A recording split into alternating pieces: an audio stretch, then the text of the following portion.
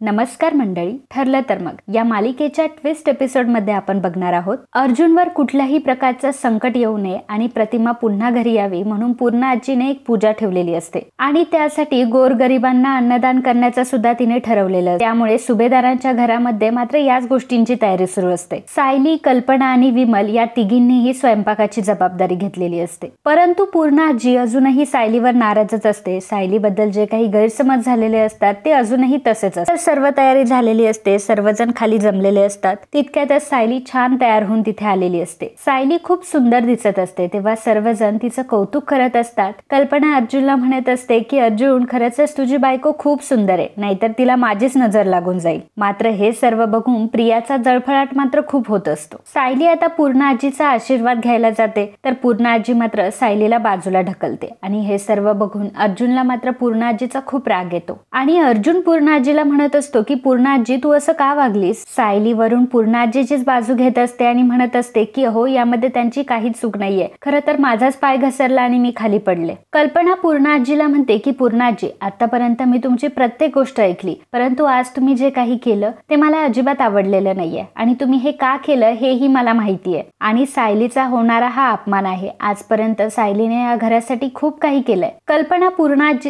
कल्पना आता प्रियाचा हात धरते आणि प्रियाला आता पूर्णा आजी समोर घेऊन येते आणि प्रियाला म्हणत असते की तन्वी, मगाशी तू पूर्णा आजीच्या रूम मध्ये गेली होती, म्हणजे मला माहितीये की नक्कीच तू सायलीच्या विरोधात काहीतरी पूर्णा आजीच्या मनात भरवलेलं असणार। आणि मला एक सांगा पूर्णा आजी, आतापर्यंत तर प्रत्येक वेळी तुम्ही तन्वीची बाजू घेत आलात, परंतु आम्हाला सर्वांना मात्र प्रतिमाचे सगळे गुण सायलीमध्येच दिसताय। प्रिया लगेच रडण्याचं नाटक करू लागते आणि म्हणतच ना मामी, आतापर्यंत तर अर्जुनने माझं आयुष्य त्याच्यापासून हिरावून घेतलेलं आणि आता तर तुम्ही माझी ओळख सुद्धा घेताय। आणि आता रडतच आणि नाटकं करत प्रतिमाच्या फोटो समोर ती जाते आणि ती म्हणत असते की आई बघ ना ग, या घरामध्ये काय चाललंय, या घरातल्या लोकांचा माझ्यावर विश्वास सुद्धा राहिला नाहीये। पूर्णा आजीच्या डोळ्यात लगेच पाणी येतं। पूर्णा आजी कल्पनाला म्हणते की कल्पना, तू काहीही बोललीस आणि कितीही त्या मुलीची तू काळजी जरी घेतली ना, तरी माझी आवडती नात हीच आहे, ती म्हणजे तन्वी। कल्पनाला मात्र पूर्णा आजीचा फार राग येत असतो। कल्पना पूर्णा आजीला बोलायला जाते तेव्हा सायली कल्पनाला म्हणते की आई, मला असं वाटतंय की आपण हा वाद नको वाढवायला आणि तसंही यामध्ये काही अर्थही नाहीये आणि पूर्णा आजीचा प्रत्येक शब्द माझ्यासाठी आशीर्वादासारखाच आहे। सायलीचं ते बोलणं ऐकून सर्वजण खूप खुश झालेले असतात। नंतर सायली प्रसाद बनवायला घेते। सायली पुऱ्या बनवत असते आणि तितक्यात आता तिथे रविराजही आलेले असतात। रविराजांना बघून सायली जरा हळवी झालेली असते। दोघेही आता एकमेकांशी बोलत असतात। रविराज देखील सायलीशी नीट बोलत असतो आणि ते बघून प्रियाचा पुन्हा जळफळाट व्हायला लागतो। प्रियाचा राग सायलीवर अजूनच वाढतो। सायली आता रविराज सोबत बोलण्यामध्ये बिझी असते, तर प्रिया मात्र विचार करत असते की सायली, तू तर माझ्या अर्जुनला माझ्यापासून हिरावून घेतलंय, परंतु आता ह्या रविराज किल्लेदारला मी काय तुझं होऊ देणार नाही। आणि बोलण्यात बिझी असते, त्या गोष्टीचा फायदा घेऊन आता प्रिया ही किचन मध्ये जाते आणि गॅसचा पाईप कट करते, परंतु देवाच्या कृपेने सायली तिथे आलेली असते आणि सायली प्रियाला विचारते की तू काय करतेयस इथे। प्रिया आता घाबरलेली असते आणि घाबरत घाबरत ती म्हणते की तू मला काय विचारतेयस, हे माझंही घर आहे आणि माझ्या घरामध्ये कुठे, कधी आणि कसं जायचं ना, हे माझं मी ठरवेल आणि तू प्रश्न विचारणारी कोण आहेस? सायली म्हणते की असं काय, ठीक आहे, तुझं घर आहे तर तुझं घर आहे, मग आता हे घर तुझं आहे म्हटल्यावर घरातली कामंही तुझीच आहेत ना, चल मला स्वयंपाक बनवायला मदत कर। प्रिया म्हणते की एक मिनिट सायली, अशी नोकरांसारखी कामं ना तुलाच शोभतात, मला नाही शोभत। ते सर्व अर्जुनने बघितलेलं असतं। बिचारी सायली एकटीच काम करत असते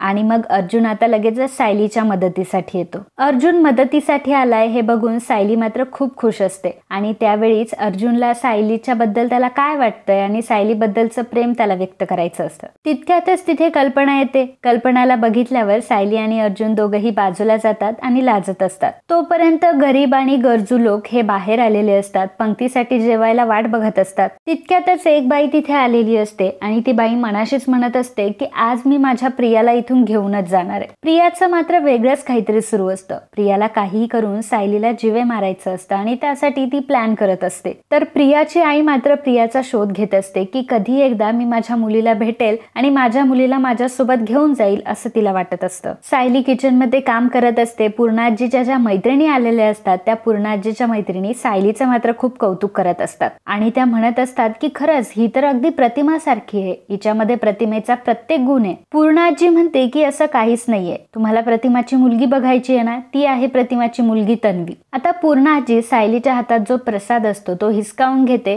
आणि प्रियाला सर्वांना प्रसाद वाटायला सांगते. अर्जुनला मात्र या गोष्टीचा फार राग येत असतो. अर्जुन पूर्णा आजीला म्हणत असतो की पूर्णा आजी, सायली या घरची सून आहे आणि माझी बायको आहे, त्यामुळे तिला दोन्ही गोष्टींचा मान भेटला पाहिजे. पण आणि सायली दोघंही अर्जुनची समजूत काढतात आणि त्याला शांत करतात. तर आता प्रिया बाहेर आलेल्या सर्व माणसांना प्रसाद द्यायला गेलेली असते. त्यामध्ये ती बाई सुद्धा उभी असते. अर्जुनही तिथे आलेला असतो. अर्जुन आता स्वतःहून त्या बाईला जेवणाच्या पंक्तीमध्ये बसवतो आणि आता त्या बाईवर प्रियाचं लक्ष गेलेलं असतं आणि ते बघून प्रियाच्या पायाखालची जमीनच सरकते. प्रिया आता विचार करू लागते की ही बाई इथपर्यंत कशी काय आली आणि मग तिला तो मागचा प्रसंग आठवायला लागतो. जेव्हा नागराज आणि ती जेव्हा दोघंही बाहेर गेलेले होते तेव्हा ही बाई आमच्याकडे आली होती आणि प्रिया माझी मुलगी आहे असं म्हणत होती आणि नागराजने त्यावेळी चौकशी देखील केलेली असते आणि त्यातून हे समजलेलं असतं प्रियाची खरी आई आहे. आणि त्या बाईला बघून आता प्रियाला चांगलाच घाम फुटलेला असतो. अर्जुन जरा बाजूला जातो तेव्हा लगेचच प्रिया त्या बाईकडे येते. प्रिया लगेचच त्या बाईला घेऊन जरा बाजूला जाते. तर आता त्या बाईला आणि प्रियाला बाजूला बोलताना सायलीने बघितलेलं असतं. सायली आता त्या दोघांचाही पाठलाग करत असते. प्रिया चिडूनच त्या बाईला म्हणत असते की तुझी हिंमत कशी काय झाली, तू इथे कशाला आलीस आणि तुला सांगितलं होतं ना त्या दिवशी मी काही तुझी मुलगी वगैरे नाहीये. तर ती बाई म्हणत असते की बरोबर बोलतीयस तू, खरं तर मी तुझी आई नाहीये, तुझी आई तिकडे मरणाच्या दारात उभी आहे आणि हीच गोष्ट मी तुला सांगायला आली आहे आणि खरं तर तुझ्या आईला मरणाच्या वेळी तुझा चेहरा बघायचा आहे आणि याच गोष्टीसाठी मी तुझा शोध घेत होते आणि म्हणूनच मी तुझ्याकडे आली आहे. प्रिया म्हणत असते की जेव्हा लहानपणी मला तिची गरज होती तेव्हा तर तिने मला बाहेर फेकून दिलं होतं आणि आता तिला माझी गरज वाटतीये म्हणून ती माझा शोध घेतीये ना. ती बाई आता प्रियाला सांगायला लागते खरं तर तुझ्या आईची त्या गोष्टीमध्ये काहीच चूक नव्हती. खरं तर तुमच्या घरामध्ये मुलगी जन्मालाच यायला नाही पाहिजे अशी प्रथा होती आणि त्याच वेळी तू जन्माला आली म्हणून तुझ्या